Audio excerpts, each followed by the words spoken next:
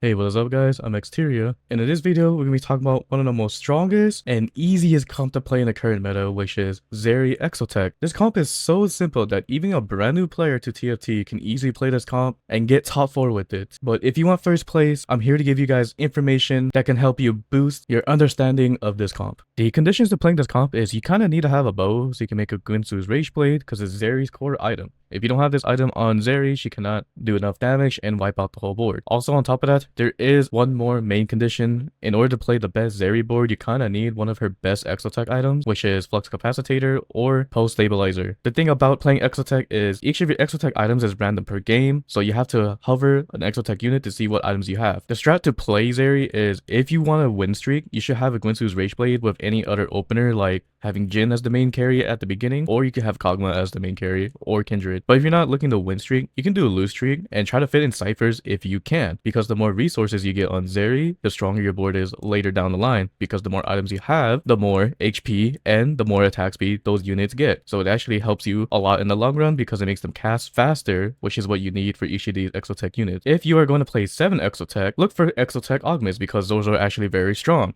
But if you're going to play 5, do not take Exotech Augments. And I'll explain later on when to play 7 or 5. For your items, Zeri core item is to have a Gwinsu's Rage Blade and either a Flux Capacitator or Pulse Stabilizer. There's really no other way around this. If you try to play without one of these Exotech items, you're not going to be strong enough in the long run with Zeri. But if you do have this setup, then your third item can be either a Kraken, which is actually really good on Zeri because the more she stacks, the more AD she gets, or you can have a Hextech Gunblade to heal the board, or you can have a Death Blade. Unless you don't have Pulse Stabilizer and you have Flux Capacitator, then you can do IE. Pulse Stabilizer is already a built-in IE, so there's no point to have IE and Pulse Stabilizer at the same time. So you have one or the other, which is having Pulse Stabilizer with Deathblade is the best way of doing it. And her best artifacts hands down is Flicker Blades. This is basically the old school Gwinsu's Rage Blade, so every time you auto attack, you gain attack speed and also attack damage and ability power. So this item is actually really strong on Zeri. If you cannot find that item, Sniper's Focus is okay just for like default damage and a little bit extra attack speed, or Collector is actually pretty powerful on her as well. But same thing like with the IE situation, if you have Collector with Pulse Stabilizer, it doesn't work well together because they're basically the same item. So do not take Collector if you have Pulse Stabilizer in your Exotech pool. Our main tank, or we can main tank Mordekaiser, because most of the time you might not be able to get Sejuani 2 on your level 8 rolldown. But for Sejuani's case, her core item is to have a Protector's Vow. This item allows her to gain a lot of tank stats, but the main thing you want for it is the mana you can get from this item so it can make Sejuani cast faster. If you want to know what Mordekaiser's core item is, his core item is to have a Crown Guard, but he can also use Protector's Vow pretty well as well. And items you want to flex around with Sejuani is Spirit, because Spirit also has mana and HP in it. So it's not a bad item to have on Sejuani. Or if you cannot have a tier tank item, you can build stuff like Heartsteel, which makes her last a little bit longer on the board, or Warmongs, because HP is actually really powerful on tanks. The best artifacts you can play around her is the Indomitable. This item allows her to be super tanky, and she can grab units in front of her and stunning her with her ability. Speaking of stunning with her ability, Horizon Focus is actually really strong on Sejuani, and probably like the only unit that can use it really well with, because this item is if you stun a unit, then you do like 20% of their maximum health as magic damage. So this item is very powerful on Sejuani because she AoE stuns the whole board. So therefore, you're actually chunking a lot of units on the board with this item. Or you just go like a basic tank item, which is this artifact, which I forgot what it's called, but this artifact is pretty decent overall for tank units. The emblems you want to pick up would be like Exotech, because you can get rid of Neferi, since Neferi is not needed for this comp, but you only use her just for a synergy placement for 7 Exotech. So you can look for a better +1, like maybe Zac or an Aurora or something like that. If you have leftover AP items, just put it on Varus. And Varus's best Exotech items is to have either a Hyper Fangs or a Hollow Bow. So if you want the simplest strat here, just look for one of these items in the Exotech pool. And the tank one doesn't really matter because all of them are pretty good overall. If you have both of these items for the Zeri pool, that's actually pretty good. That means all you need is Gwinsu's Rage Blade and both of these Exotech items with a +1 tank item. The thing about Exotech 2 that some of you may not know is you always get at least one guaranteed damage Exotech item and one guaranteed tank item, and the third one is random. It could be either another damage item or it could be another tank one. So this is how Exotech works. For your openers, you can play the Exotech route, which is if you have one of these strong powerful Exotech items for Jin, the best one for Jin would be Pulse Stabilizer. If not, it'll be Hyper Fangs, or if not that, it would be for like Capacitator. Unless you get one of the tank ones for Jax, which is also really good to do, which is Corrupted Chassis is probably one of Jax's best ones to start out with in the beginning. If not, it would be the Repulsor Lantern. If not, Cyber Coil is probably the worst one, but you know, it's a free tank item, so it's pretty decent overall. But the main strat to play the Exotech opener is if you have already a tank item, then do an Exotech opener with Jax is actually pretty good with that because all of these items are actually pretty strong on him. Or if you have a Gwinsu's Rageblade start, then that means you can play with Jin with one of his Exotech items. So this will allow you to win streak this way. If not, if you don't have a good Exotech item, then you can play a different opener, which is the Kog'Maw opener, which is what we like to play for default, and that is consisting of 2 rapid fire units with 2 vanguards, and on top of that, Skarner is also a boombot with Kog'Maw, so you can gain a lot of extra damage on the board. If you cannot do this opener, you can do a different type of opener as well, which is Nitro opener. And Nitro opener is actually pretty powerful in the early game because you get a +1 unit on the board, and you make Kindred as the item holder instead for this style. And the +1s you can put in could be anything from here. You could throw in Kog'Maw for rapid fire, you could throw in Jin for marksman, or you can throw in Jax for the Bastion with Shyvana.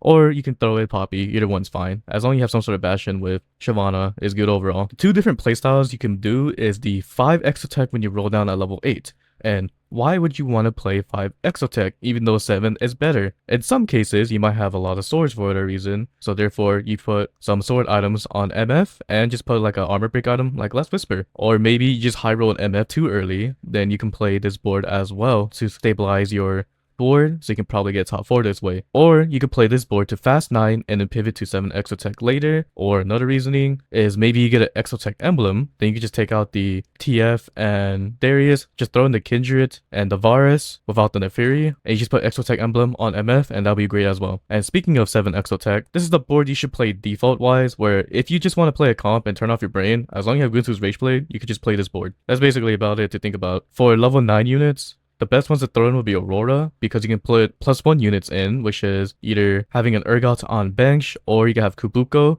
These 2 are actually really powerful to have as a +1 for Aurora. Or if you high roll enough Sejuani's, maybe you might have another Sejuani too, then you can throw in a Sejuani too as well. And the Exotech synergy also works with her as well. So if you have these gloves in the bench, when she comes out of bench, she gains the extra stats from Exotech as well. If not, you can do Viego. Viego is also a pretty powerful unit as well. Or, like I said earlier, if you have another level 2 Sejuani, you can throw it out at level 9 if you want to as well. Now, one thing I forgot to note here is Hollow Bow in the early game is trash. So if you have Hollow Bow in the pool, don't even worry about it. Like, at this point, if you have an Exotech opener, this item is not too strong on Jin, but it's a free item overall. The best augments to take here is the auto-click section. If you see it, just take it. Buried Treasure is one of the best augments for Exotech because the more components you have, the more powerful your board will be. Since Exotech is, if that unit holds a certain amount of items, they'll gain more stats depending on how many items they hold. So overall, this will allow you to do 2 things, which is gain more stats on your board, and it will allow you to BIS Zeri better. Bulky Buddies is a really good one because the more HP you have on Exotech units, the longer they last, so you can keep casting your abilities. And same thing with Cybernetic Bulk. You put an item on a unit and it'll give them extra HP so they can last a little bit longer. Flexible is very powerful for this comp as well because it allows you to gain an Exotech emblem and it'll allow you to gain other emblems you can use on the board. I would say the only bad emblem you cannot use if you do get it would be Vanguard, but other than that, all the other emblems that you can get is actually really good for this board overall. And another thing about Flexible is emblems are basically items, so you can power up your board even more since, I'm gonna say this like a broken record, more items you have on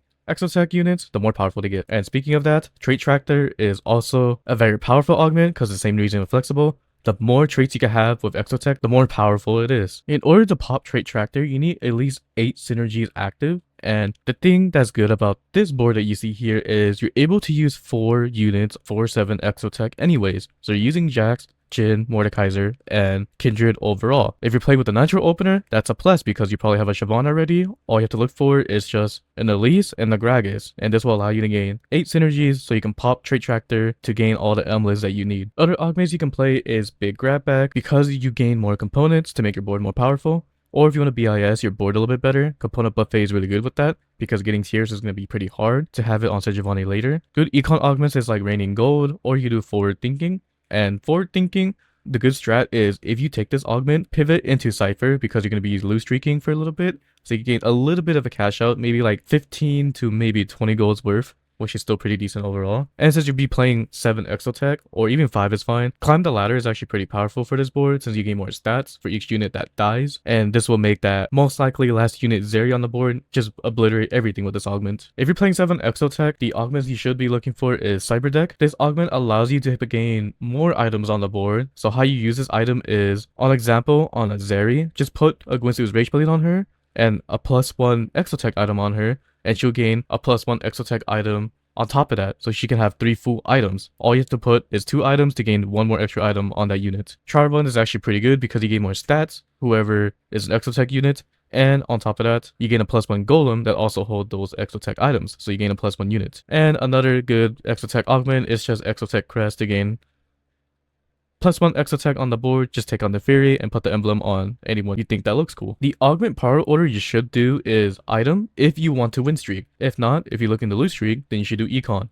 This is the conditions in order to play the early game. So to extend the win streak, just play item, or you could do a safe route. Even if you're win streaking or lose streaking, econ is the best route to do it. Second augment you should be looking for is item again, so you can continue the win streak, or if you don't have econ already as the first augment, then you can do it as a second augment. Don't do double econ. Just do 1 econ. And third augment should always be combat, so you could power up your board even more. There is 2 different playstyles we can do for this board. This one is the win streak style, which is high temping the fast 8. In order to do that is at stage 2-1, you level to 4, play your strongest board you can, and at stage 2-3, or you can do it at 2-2, either one's fine, make 10 gold, or at least intervals of 10 gold, like 10, 20, 30 gold, so you can get more econ, so you can roll down later for whatever units you want around stage 4-2. If you have more than around like 14 gold, 24 gold, 34 gold, you can pre-level to 5, which should look something like this, which is 8 out of 10 on your XP bar.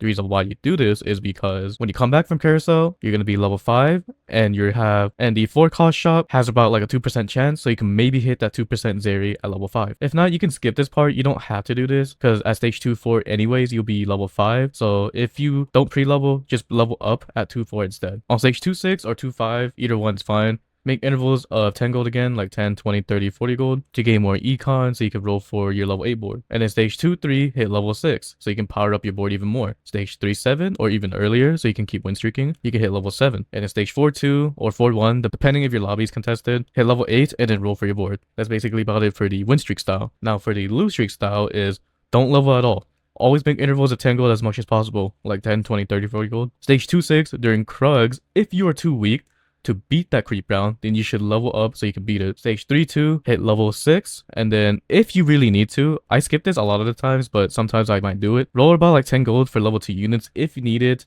If not, you can skip it. You don't have to worry about this part. The reason why you would do this sometimes is because maybe you want to save HP, or if you're pretty close to having level 2 certain units, like maybe you have 2 copies of Jax and maybe you need 1 more to get level 2, then you can do this to maybe do that. Then stage 3-7, hit level 7, and then stage 4-2, level 8, and then roll for your board. And that's it for everything you need to know for the powerful and easy comp to play, which is Zeri Exotech. If you have any questions about this comp, just leave me in the comment section down below. I'll try to answer the best of my capabilities. Until then, I'll see you guys in the next one. Later.